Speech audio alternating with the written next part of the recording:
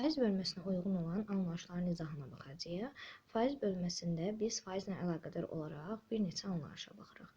İlk olaraq biz bilməliyik ki, faiz dedikdə nə nəzərdə tutulur? Faiz dedikdə ədədin %1 hissəsi nəzərdə tutulur. Bu %1 hissəsi ilə əlaqədar olaraq da biz ədədin faizinin tapılması, faizinə görə ədədin tapılması anlayışlarını qeyd edəcəyik. Əgərlərin faiz dedikdə ədədin %1 hissəsi nəzərdə tutulursa, biz buna görə də hər hansı bir ədədin müəyyən bir hissəsini tapan zamanı, müəyyən bir faizini tapan zamanı onun %20 hissəsini və yaxud da %30, %50, %60 şəklində hissələrini tapmış oluruq. Niyə görə? Məsələn, tutaq ki, bizə verilibdir 60 ədədinin 10%-ni tap. Biz bayaqlarım dedik ki, bizə verilmiş ədədin faiz dedikdə onun %1 hissəsi nəzərdə tutulmuş olur. Artıq 10% nəzərdə tutulursa, deməli artıq biz bunun 100-dən 10 hissəsini götürmüşük. Və yaxud da 20%-in tapılması nəzərdə tutulsa, 100-dən 20 hissəsini nəzərdə tutmuş olacaq. Ona görə də 60 ədədinin biz 10%-ni tapanda, 60 ədədinin 10-a hasilini tapıb, bölürük deməli nəyə? 100-ə. 60 ədədinin 10-a hasili bizə verəcək 600 ədədini. 600 ədədini 100-ə böldükdə bizə verəcək nəyi? 6 qiymətini. Deməli, 60 ədədin 10% nəyə bərabərdir? 6-ya bərabərdir. Biz indi ədədin faizinin hesablanması qaydasını tətbiq edən zamanı cavabımızı təkcə natural ədəd deyil də onluq kəsr şəklində və yaxud da adi kəsr şəklində də ala bilərik. Məsələn, bizə tutaq ki, deyilir ki, 45 ədədinin 10%-ni tap. 45 ədədin 10%-ni tapırıqsa əgərlərim, 45 ədədin 10-a hasilini tapıb, böləcəyik deməli nəyə? 100-ə.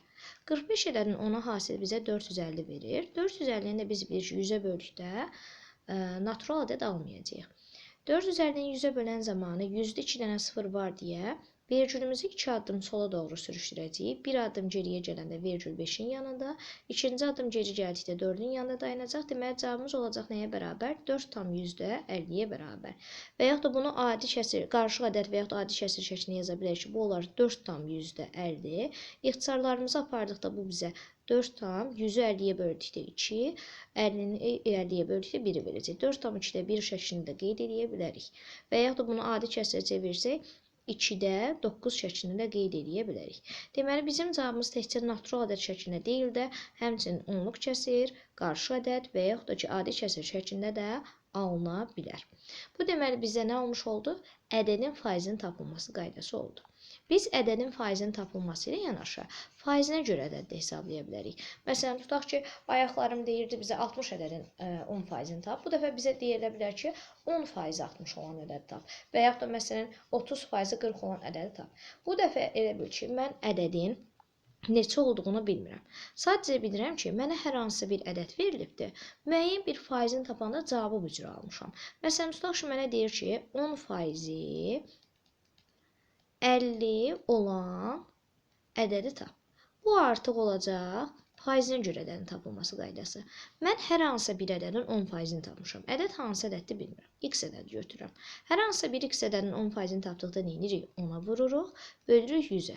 Bu gəlib bərabər olubdur nəyə? 50-yə. Bunu həll eləmək üçün mən birinci axtarım görə nəyi 100-ə böldükdə 50 eləyər. Ona görə 50-nin 100-ə hasilini tapıram. Cavabım bərabər olur nəyə? 5000-ə. Sonra axtarıram ki, görək nəyi 10-a vurduqda 5000 eləyər. 5000-i də bölürəm 10-a, cavabım bərabər olur nəyə? 500-ə. Deməli, hansı ədədin 10% 50-yə bərabər oldu? 500 ədədinin 10% 50-yə bərabər oldu.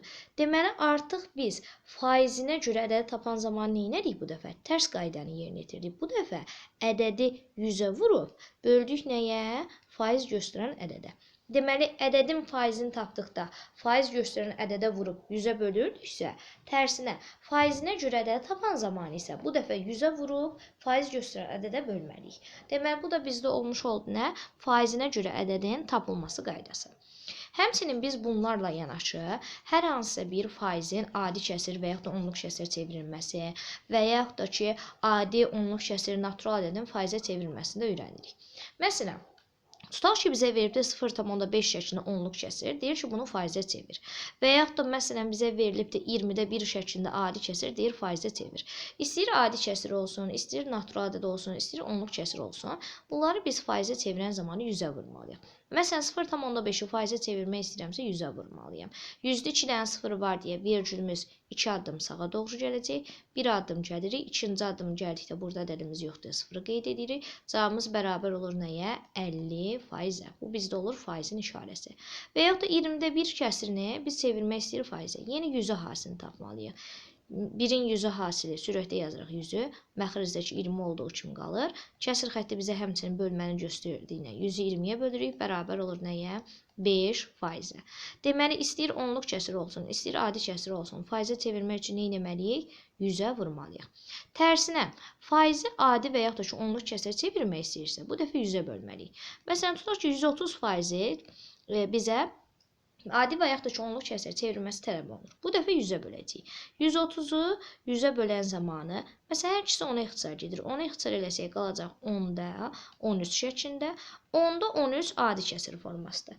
Məsələn, bunu mən qarışıq ədədə çevirə bilərəm, onluq kəsirə çevirə bilərəm. Məsələn, 13-ü 10-a bölən zamanı 13-ün içərisində 10 bir dəfədir, tam hissəm olur 1, məxrəc olduğu kimi qalır. Sürətdə nəyə qeyd edirdik? Qalığı. 1-in 10-a hası 10, 13-dən də 10 çıxana qalır nə? 3 şəklində. Deməli, qarışıq ədəd kimi 1,3 şəklində qeyd edə bilərəm. Bunu da onluq kəsirə çevirəndə tam hissəmiz 1-dir, kəsir hissəmiz 13-dür deyə onluq kəsir şəklində də bu cür qeyd edə bilərəm.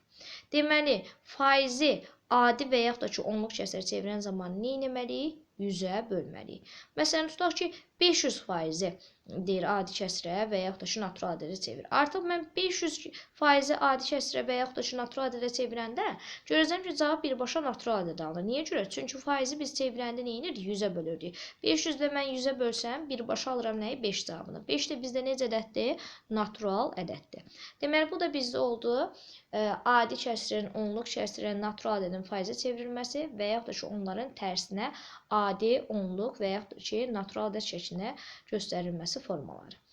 Bizdə faizə aid anlayışlardan biri də müəyyən bir faizlərin artımının və yaxud da ki, azaldılmanın hesablanmasıdır. Məsələn, bunlar artıq gündəlik həyatımızla əlaqəlidir ki, biz məsələn hər hansı bir mağazaya daxil olarkən, tutaq ki, məhsula baxırıq, görürük ki, üzərində məsələn, qeyd olunubdur 50 manat. Aşağısında amma məsələn qeyd olunubdur ki, 60% endirim var. Məsələn, bu endirim olması nə deməkdir? O deməkdir ki, yəni bu məhsulun qiyməti 60% azaldılıbdır. Deməli, mən bu məhsulun faiz olaraq 60% azaldığını bilirəm. Amma manat olaraq, ödəniş olaraq neçə manat azaldığını bilmək üçün mən 50-nin 60%-ni tapmalıyam ki, görək 50-nin 60%-i nəyə bərabərdir və azaldılma baş verir deyə onda çıxmanı yerinə yetirəcəm. Yox, artım baş verirsə, onu toplamanı yerinə yetirəcəm. Misalın üzərini göstərək. Birinci 50-nin 60%-ni tapırıq. 50-nin 60%-ni tapanda 50-ni 60-a vurub bölürük 100-ə. 50-nin 60-a hasiliyi bizə verəcək 3000-i. 3000-i də 100-ə böldükdə bizə verəcək nəyi? 30 qiymətini. Deməli, endirim 60% idi və ədədi qiymət olaraq da 50 manatın 60% nəyə bərabərdir? 30 manata bərabərdir. Deməli, ədədi qiymət olaraq endirim neçə manatdır? 30 manatdır. İndi endirim olunursa deməli, nə etməliyik? 50 manatdan 30 manata çıxmalıyıq. Neçə manat qalacaq? 20 manat qalacaq. Deməli, endirimdən sonraki qiymətimiz nəyə bərabərdir? 20 manata bərabərdir. Yox, bizdə burada artım desəydi, artım oranında təbii ki, qiymət nə etmiş olacaq? Artmış olacaq.